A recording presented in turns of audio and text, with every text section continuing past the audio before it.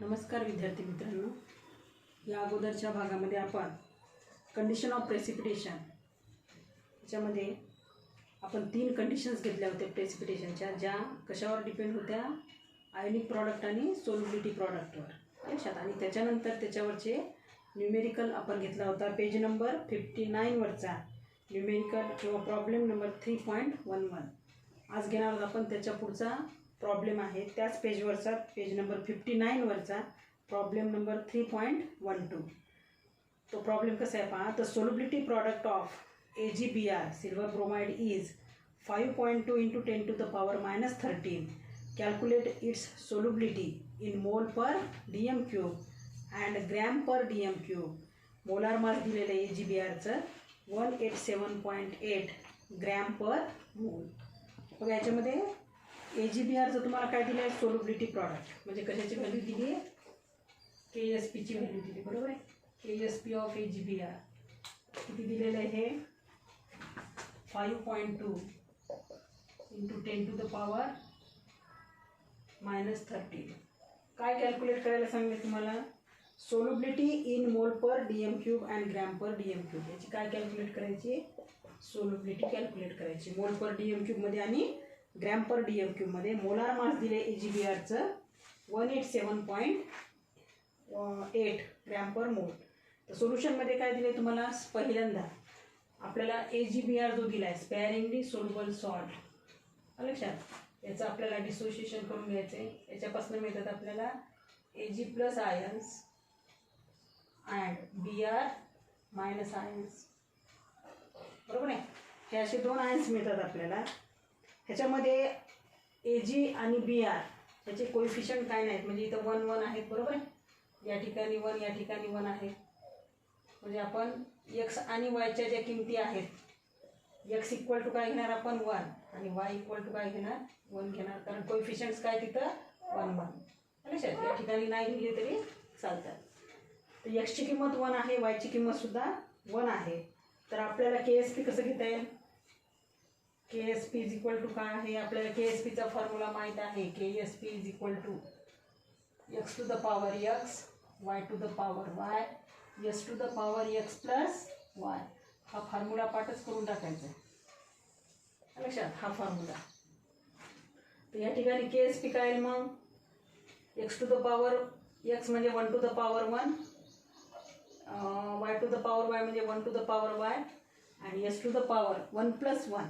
लक्षात. हे मी तुम्हाला जेव्हा आपण रिलेशनशिप बिटवीन सोल्युबिलिटी प्रॉडक्ट आणि मोलार सोल्युबिलिटी घेतलं होतं, त्यावेळेस हे एक्झाम्पल घेतलं होतं आपण AgBrचं. तर आपल्याला KSPची व्हॅल्यू मिळते s² घेतलं होतं का पहा. आता इथं s² कसं येते पहा.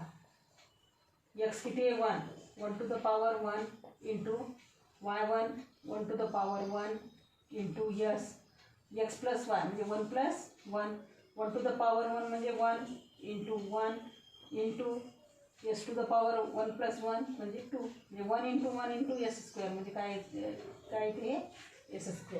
अच्छा. तर हे असं आपण कॅल्क्युलेशन केलं होतं AgBrचं, एक्झाम्पल घेतलं होतं त्यावेळेस, लक्षात.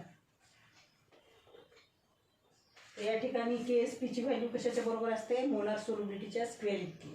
आपल्याला S काढायचे, बरोबर आहे. S काढायचे आणि आपल्याला KSPची व्हॅल्यू माहिती आहे. देअरफॉर S = काय येईल मग, √√ KSP. s² = KSP आहे.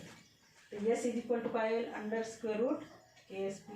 आपल्याला सोल्युबिलिटी प्रॉडक्टची व्हॅल्यू दिलेली, किती दिलेली आहे, 5.2 × 10⁻13,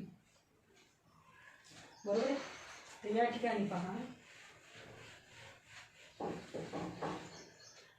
S = काय मिळेल आपल्याला, √5.2 × 10⁻14.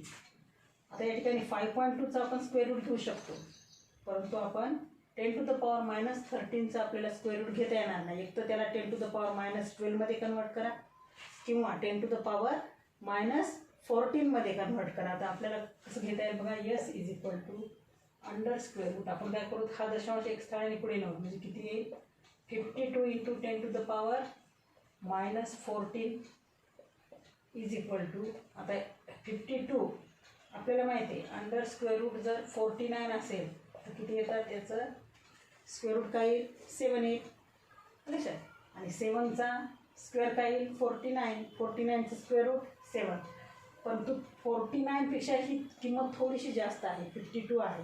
तुम्हाला लॉग टेबलमध्ये स्क्वेअर रूट दिलेले असतात, तर 52चा जर 0मध्ये आपण स्क्वेअर रूट पाहिला तर तो स्क्वेअर रूट किती येतो 7.2, म्हणजे 7पेक्षा जास्त येईल, बरोबर आहे 7.2, आणि याचा स्क्वेअर रूट येतो 10 to the power -7.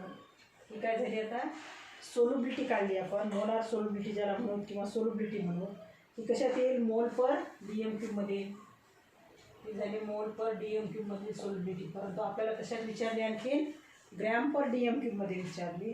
तर ग्रॅम पर DM³ मध्ये जेव्हा आपण सोल्युबिलिटी कॅल्क्युलेट करतो तेव्हा फॉर्म्युला दिलेला आहे पहा, the solubility in gram per DM³ is equal to molar solubility in mole per DM³ into its molar mass.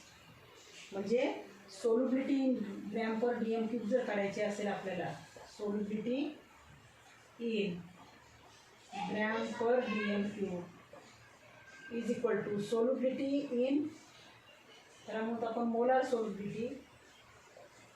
Molar solubility काय करायचं, कशामुळे म्हणतो आपण ह्याला मोल पर DM³ मध्ये आहे म्हणून molar solubility into molar mass. कोणाचं मोलार मास, AgBrचं मोलार मास. तर या ठिकाणी मोलार सोल्युबिलिटी किती काढली आपण 7.2 इंटू 10 to the power -7, आणि आपल्याला मोलार मास किती दिलेला आहे 187.8 ग्रॅम पर मोल. आता ह्याचं कॅल्क्युलेशन करताना आपल्याला काय करावं लागेल, 7.2चा लॉग घ्या, 187.8चा लॉग घ्या, दोन्ही लॉगची बेरीज करा आणि त्याचा काय घ्या अँटी लॉग घ्या. तर 7.2चा लॉग घेताना कॅरेक्टर्स किती येईल 0, 72चा 0मध्ये लॉग घ्यायचा, त्याच्यानंतर 187.8चा कॅरेक्टरिस्टिक येईल 2, 18चा 7 8मध्ये लॉग घ्यायचा. तर यांच्यामध्ये गुणाकाराची क्रिया आहे म्हणून लॉगची काय होईल बेरीज होईल. लॉगची बेरीज केल्यानंतर त्याचा अँटी लॉग घ्या, आणि अँटी लॉग घेतल्यानंतर आपल्याला उत्तर मिळेल 1.35 into 10 to the power -4 gram per DM³. Gram per DM³. तर ही झाली आपली सोल्युबिलिटी मोल पर DM³ मध्ये आणि ग्रॅम पर DM³.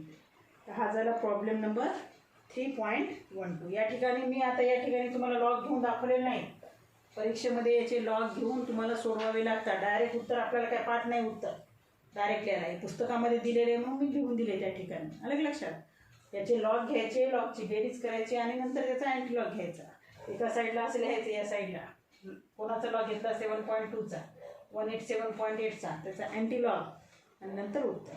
त्याच्यानंतर आहे problem 3.13. If 20.0 cubic centimeter of 0.050 molar BaNO3 twice, म्हणजे याला म्हणतो आपण barium nitrate, are mixed with 20.0 cubic centimeter of 0.020 molar sodium fluoride will BaF2 precipitate. ह्या दोघांचं मिक्सिंग केल्यानंतर आपल्याला काय मिळेल BaF2 हा प्रेसिपिटेट होईल का असं विचारलं आहे आपल्याला. If KSP of BaF2 is 1.7 into 10 to the power -6 at 298 kelvin. बघा तेच न्यूमेरिकल आहेत KSPचे आणि सोल्युबिलिटीवरचेच. या ठिकाणी दोन सोल्युशन मिक्स केलेले आहेत बघा. प्रॉब्लेम नंबर कोणता हा 1.13. 1.13 प्रॉब्लेम आहे. त्याच्यामध्ये दोन सोल्युशन्स मिक्स केलेले आहेत का. कोणकोणते सोल्युशन आहेत BaNO3 ट्वाइस आणि दुसरा कोणतं मिक्स केलं आहे NaF. हे दोन सोल्युशन्स मिक्स केले. ह्या दोन सोल्युशन्स मिक्स केल्यानंतर लक्षात आपल्याला काय मिळाले. ह्या दोन सोल्युशन मिक्स केल्यानंतर BaF2 आपल्याला सॉल्ट मिळाला आहे लक्षात, जो स्पॅरिंगली सोल्युबल सॉल्ट आहे. दोघांचे आपल्याला काय दिलेत, कॉन्सन्ट्रेशन दिलेत 0.050. त्याचं कॉन्सन्ट्रेशन किती दिलं आहे, 0.050 मोलार. आणि NaFचं कॉन्सन्ट्रेशन दिलं आहे, NaFचं कॉन्सन्ट्रेशन किती दिलं आहे या ठिकाणी, 0.020 मोलार. तर BaF2चं जर आपण आयनायझेशन घेतले समजा BaF2, तर आपल्याला काय म्हणतात, Ba2 plus ions plus 2F minus ions, बरोबर. असे 2 आयन्स मिळतील आपल्याला. तर याच्यामध्ये 20 क्युबिक सेंटीमीटर आणि 20 क्युबिक सेंटीमीटर या दोघांचं व्हॉल्यूम किती घेतलं आहे, 20 प्लस 20, म्हणून फायनल व्हॉल्यूम किती झाले, 40. बघा हा न्यूमेरिकल सेम न्यूमेरिकल आहे, प्रॉब्लेम 3.11 सारखा. लक्षात फक्त तुम्हाला थोडंसं कॉम्प्लिकेटेड करून सोडून दाखवले. तुम्ही हा न्यूमेरिकल 3.11 ह्या न्यूमेरिकल सारखा सोडवला तरी चालतो. व्हॉल्यूम काय झाले त्या ठिकाणी, BaNO3 आणि NF आपण मिक्स केले, दोघांचे व्हॉल्यूम काय दिले, 20 क्युबिक सेंटीमीटर 20 क्युबिक सेंटीमीटर. तर व्हॉल्यूम काय होईल मग दोघांचं डबल होईल. परंतु त्यांचं आयन्सचे जे कॉन्सन्ट्रेशन असेल ते मात्र कसं होईल, हाफ होईल. लक्षात ते. तर या ठिकाणी आपण बघा 3.13 हा न्यूमेरिकल 3.11 ह्या न्यूमेरिकल सारखा सॉल्व करायचं आहे तुम्हाला. थोडंसं या ठिकाणी तुम्हाला कन्फ्यूज केलं आहे बघा, त्यांनी वेगळ्या पद्धतीने सोडून दाखवलं आहे. ती पद्धत घ्यायचीच नाही, कन्फ्यूज व्हायचं नाही.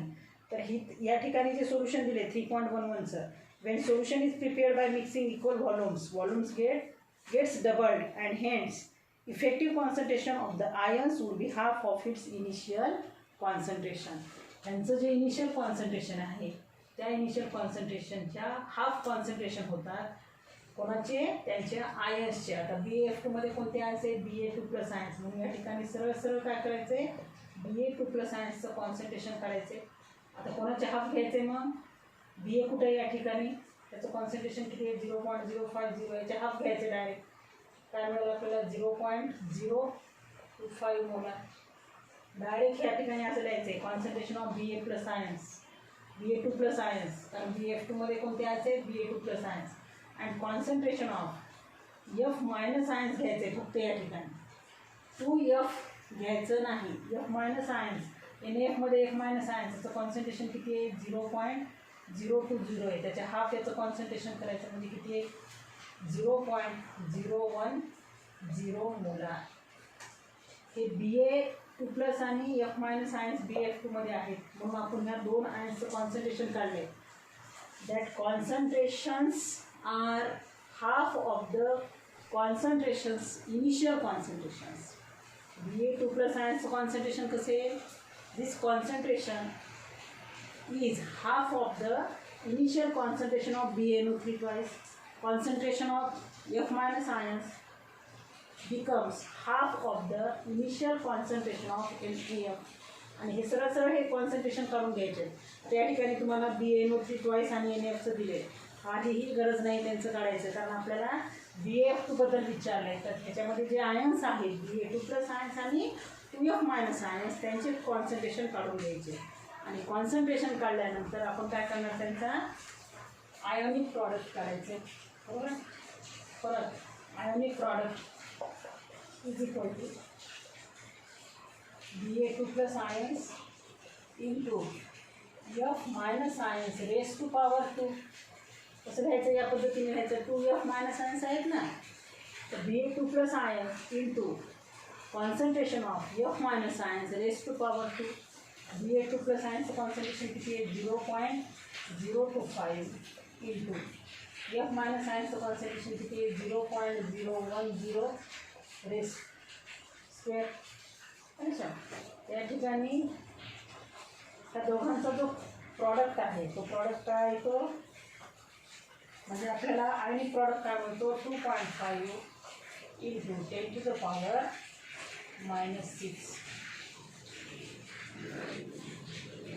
याचा स्क्वेअर करायचा आहे, 0.010चा स्क्वेअर करायचा आहे. आता हा हे मिळाले आपल्याला आयनिक प्रॉडक्ट. KSPची व्हॅल्यू किती दिलेली आहे आपल्याला, पहा KSP दिलेला आहे. BF2चा KSPची व्हॅल्यू 1.7 इंटू 10⁻⁻⁶. बघा ह्या ठिकाणी ठिकाणी KSP सुद्धा 10⁻⁻6 आहे. ते आयनिक प्रॉडक्टमध्ये सुद्धा 10⁻⁻6 आहे आणि सोल्युबिलिटी प्रॉडक्टसुद्धा 10⁻⁻6 आहे. बरोबर आहे. तर या ठिकाणी मग आपल्याला व्हॅल्यूज कोणत्या कम्पेअर करायच्या? 1.7 आणि 2.5. याच्यामध्ये कोणती व्हॅल्यू मोठी आहे? मग 1.7 मोठी आहे का 2.5 मोठे आहे? 2.5 मोठे आहे. म्हणून ह्या न्यूमेरिकलमध्ये सुद्धा ionic product is greater than solubility product आहे. आणि ही जर कंडिशन असेल तर आपल्याला माहिती आहे त्या सोल्युशनमध्ये PPT आपल्याला आढळून येते किंवा ते सोल्युशन मध्ये PPT तयार होते. म्हणून या ठिकाणी आपण काय लिहू शकतो? मग hence ionic product is greater than the solubility product. BF2 will precipitate from the solution. BF2 हा सोल्युशनमधनं काय होईल? PPTच्या फॉर्ममध्ये वेगळा मिळेल आपल्याला. तर हा न्यूमेरिकल मी तुम्हाला ज्या पद्धतीने सांगले त्या पद्धतीने सोडवा. पुस्तकामधला पाहून कन्फ्यूज होऊ नका. 3.11 सारखा हा न्यूमेरिकल आपण सॉल्व करायचा. त्याच्यानंतर ह्या चॅप्टरमधला जो शेवटचा पॉईंट आहे that is point number 3.10 on page number 60 common ion effect. शेवटचा हा पॉईंट असेल ह्या चॅप्टरमधला कॉमन आयन इफेक्ट. बघा ह्याच्यामध्येच तुम्हाला कॉमन आयन हा हे नाव दिलेलं आहे. Common ion. कॉमन आयन असतील तर त्याचा परिणाम काय होईल? Common ion effect. Common ion effect.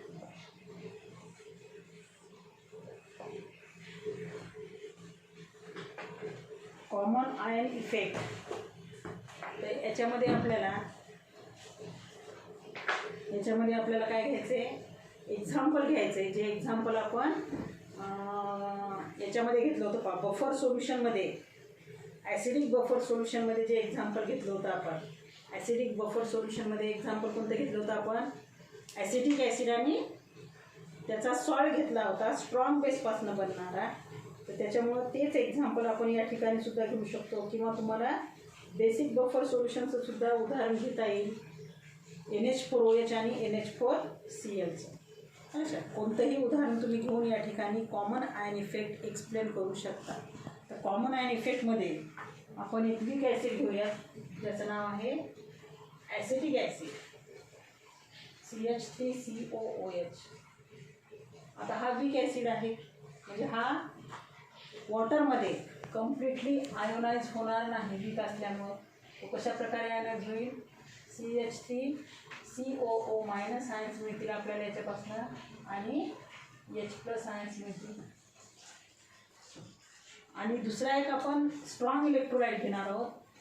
त्या ॲसिडपासूनच बनलेला तो स्ट्रॉंग इलेक्ट्रोलाइट हा कसा बनलेला आहे? त्याच्या स्ट्रॉंग बेसपासून बनलेला आहे. त्याचं नाव आहे सोडियम ॲसिटेट. लक्षात. हा स्ट्रॉंग इलेक्ट्रोलाइट असल्यामुळं तो सोल्युशनमध्ये कम्प्लिटली आयोनाइज होतो आणि आपल्याला मिळतात CH3COO minus ions plus Na+ ions. तर या ठिकाणी तुम्हाला लिहायचे काय लिहायचं आहे? Acetic acid is a weak electrolyte therefore in water it dissociates to a very small extent to give the ions CH3COO minus and H+. And CH3COONA, that is sodium acetate, is a strong electrolyte and in aqueous solution it almost completely dissociated to give a large number of acetate ions and Na+ ions. आता हे आपल्याला 2 ions मिळाले. तर ह्याच्यामध्ये आपल्याला according to Le Chatelier's principal तुम्हाला काय दिलेलं आहे का? According to Le Chatelier's principal जर आपण सोडियम ॲसिटेटचं सोल्युशन जर ॲसिटिक ॲसिडमध्ये जर ॲड केलं तर काय दिसून येईल आपल्याला? त्याच्यामध्ये पहिलेच या ठिकाणी लार्ज नंबर ऑफ कोणते आयन्स आहेत? Acetate ions. जर सोडियम ॲसिटेट आपण ॲसिटिक ॲसिडमध्ये ॲड केलं तर according to Le Chatelier's principle the concentration of acetate ions increases in the solution and this large number of acetate ions present in the solution they combines with the H+ ions and the equilibrium is shift towards the left and therefore the unionised molecules of acetic acid increases. बघा या ठिकाणी आपण काय घेतलं, हा weak electrolyte आहे, हा completely dissociate होत नाही किंवा आयोनाइज होत नाही. म्हणजे सोल्युशनमध्ये लार्ज नंबर ऑफ ॲसिटिक ॲसिडचे मॉलिक्युल्स हे अनआयोनाइज्ड फॉर्ममध्ये असतात. आणि जेव्हा आपण हे सोल्युशन यामध्ये ॲड करू म्हणजेच ॲसिटेट आयनचं कॉन्सन्ट्रेशन वाढेल. त्याच्यामध्ये ॲसिटेट आयन्स आहेत, त्याच्यामध्ये ॲसिटेट आयन्स आहेत, तर कॉन्सन्ट्रेशन कोणाचं वाढेल, ॲसिटेट आयन्स. कॉन्सन्ट्रेशन वाढल्याबरोबर ते कशासोबत कंबाईन होतील, H+ आयनसोबत कंबाईन होतील आणि इक्विलिब्रियम कुठे शिफ्ट होईल, लेफ्टला. लक्षात, लेफ्टला शिफ्ट झाल्यानंतर काय तयार होईल, परत ॲसिटिक ॲसिड.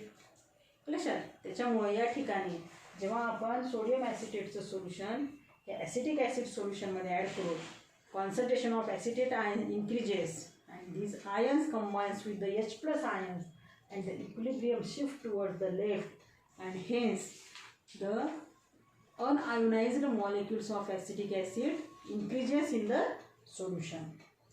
या ठिकाणी दिले according to Le-Chatelier's principle the addition of acetate ions from the sodium acetate to the solution of acetic acid shifts equilibrium of dissociation of acetic acid to left. Thus reverse reaction is favored. म्हणजे ही reverse reaction काय होते, favoured होते. म्हणजेच acetic ॲसिडचं formation या ठिकाणी होते. In which acetate ions combines with H+ ions to form unionised acetic acid. म्हणजे large number of acetic ॲसिडचे मॉलिक्युल्स परत या ठिकाणी तयार होतात. पहिलंच त्याचं डिसोसिएशन खूप कमी आहे, परत यामध्ये ॲड व्हायला लागलेत ॲसिटिक ॲसिडचे मॉलिक्युल्स. म्हणजेच या ठिकाणी ॲसिटिक ॲसिडचं जे डिसोसिएशन आहे, dissociation of acetic acid is suppressed. Dissociation of CH3COOH is suppressed. Suppressed म्हणजे काय, डिक्रीज होते. पहिलंच याचं डिसोसिएशन कमी आहे, परत आपण हा स्ट्रॉंग इलेक्ट्रोलाइट यामध्ये ॲड करायला लागलो. ॲसिटेट आयन्सची संख्या वाढायला लागली. ॲसिटेट आयन्सची संख्या वाढल्यानंतर हे आयन्स H+ आयन्ससोबत कंबाईन होतील. बॅकवर्ड रिॲक्शन फेवर्ड होईल. म्हणजेच परत सुरुवातीलाच इथं अनआयोनाइज्ड ॲसिटिक ॲसिडची मॉलिक्युलची संख्या जास्त आहे कारण तो वीक इलेक्ट्रोलाइट आहे. परत ॲसिटेट आयन्स H+ आयन्ससोबत कंबाईन होऊन परत अनआयोनाइज्ड ॲसिटिक ॲसिडचे मॉलिक्यूल इन्क्रीज व्हायला लागलेत. म्हणजेच काय व्हायला लागले, डिसोसिएशन ऑफ ॲसिटिक ॲसिड हे सप्रेस व्हायला लागले. त्याचे डिसोसिएशनची व्हॅल्यू जी आहे ती कमी होत चालली. आणि ही कमी होण्याचं कारण काय, कारण ह्याच्यामध्ये आपण एक स्ट्रॉंग इलेक्ट्रोलाइट ॲड केला आहे ज्याच्यामध्ये एक आयन कसा आहे, कॉमन आयन आहे का, त्याच्यामधला इथे सुद्धा कॉमन आयन आहे. आणि त्याच्यामुळं ह्या कॉमन आयनमुळं ह्या वीक इलेक्ट्रोलाइटची डिसोसिएशनची व्हॅल्यू काय होते, सप्रेस्ड होते. आणि म्हणून ह्यालाच म्हणतात काय, कॉमन आयन इफेक्ट. कोणामुळे घडून यायला लागले, ह्या दोघांमध्ये एक आयन कॉमन आहे आणि त्याच्यामुळं आपल्याला हा इफेक्ट दिसायला लागला आहे, म्हणून त्याला म्हणतात कॉमन आयन इफेक्ट. ह्याच्यामध्ये डेफिनेशन दिलेली आहे पहा. The common ion effect is defined as the ionisation of a weak electrolyte. The ionisation of a weak electrolyte is suppressed. ह्या वीक इलेक्ट्रोलाइटचं आयोनायझेशन काय होते, सप्रेस्ड होते. कशामुळे होते, in the presence of strong electrolyte. बघा, the ionization of weak electrolyte is suppressed in the presence of strong electrolyte containing an ion common to the weak electrolyte. The weak electrolyteचं dissociation suppressed होते.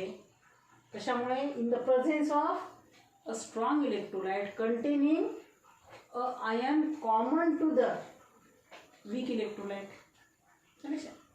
म्हणून हा जो common ion आहे, ह्या common आयनमुळे हा परिणाम दिसतो, म्हणून त्याला म्हणतात कॉमन आयन इफेक्ट. परत एकदा पहा definition. The ionisation of a weak electrolyte.